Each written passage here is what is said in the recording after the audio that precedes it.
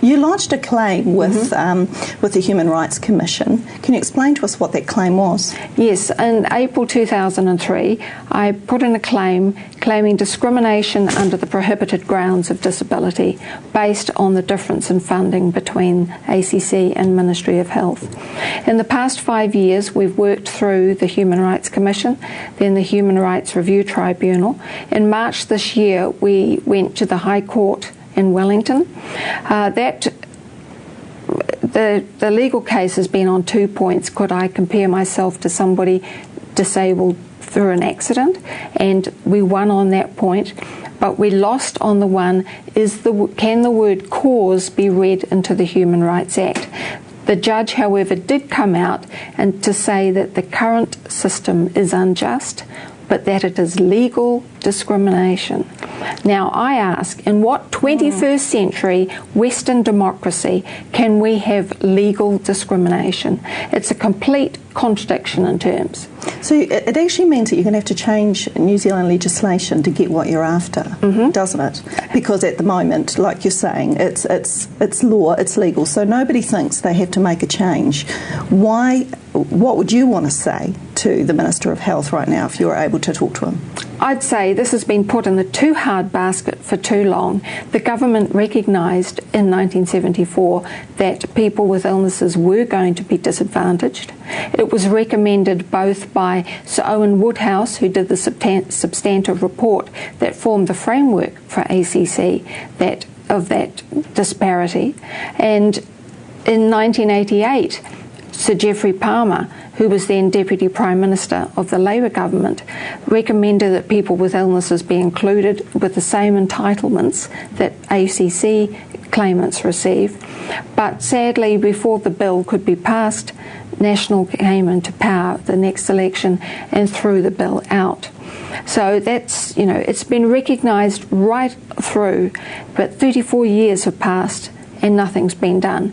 And I say it's not good enough. It's a very long time. Have you had any, in recent years, the last couple of years, have you had any positive response from any MPs at all? No.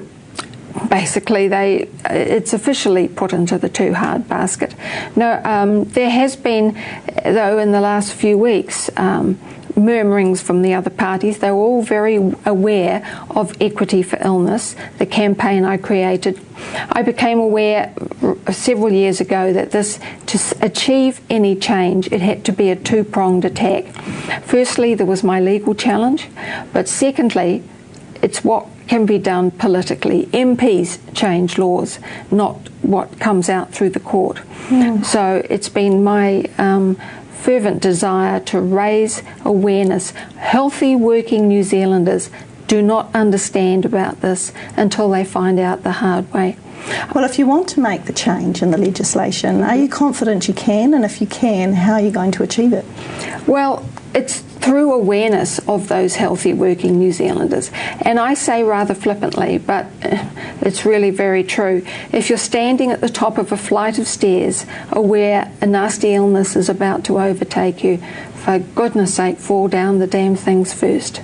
Because then ACC will cover you and you will be sweet compared to what will happen to you if you develop an illness. And it's when working New Zealanders become aware and stop and think, what would happen to my family if one of us couldn't work? Has huge Have you talked to ACC about it? I mean, your complaint's not against ACC, no, but it's not. What do they think? Well, ACC, of course, are on the winning team, so they're unlikely to put their hand up to complain. I have, however, got a number of organisations come out and support. Places like the Cancer Society, the Neurological Alliance, which covers MS, motor neurone, Alzheimer's, Cerebral Palsy Society, muscular dystrophy. It runs across the whole gamut.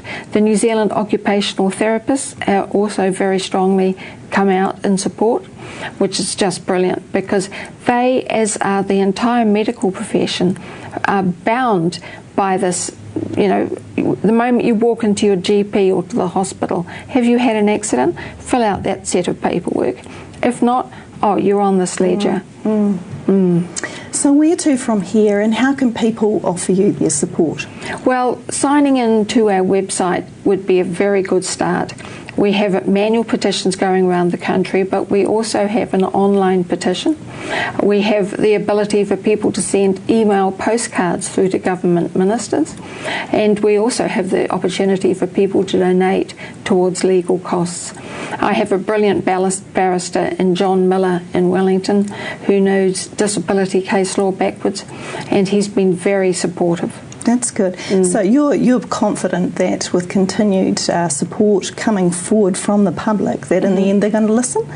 I think they have to. It's an election year. I was going to say they're more likely to listen right now because maybe it might be some points in their direction. Does that concern you that it may actually go through around an election time, which would be an ulterior motive for politicians, really?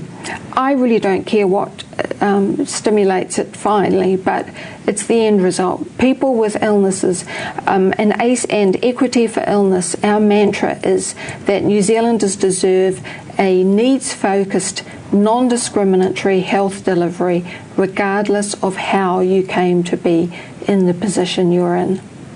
Thank you so much for coming on the show. All the best. I know you're standing here today as basically being spokesperson for a lot of people around the country. Good on you. Keep up the good work, and we look forward to seeing it being a very positive change. Great, thank you.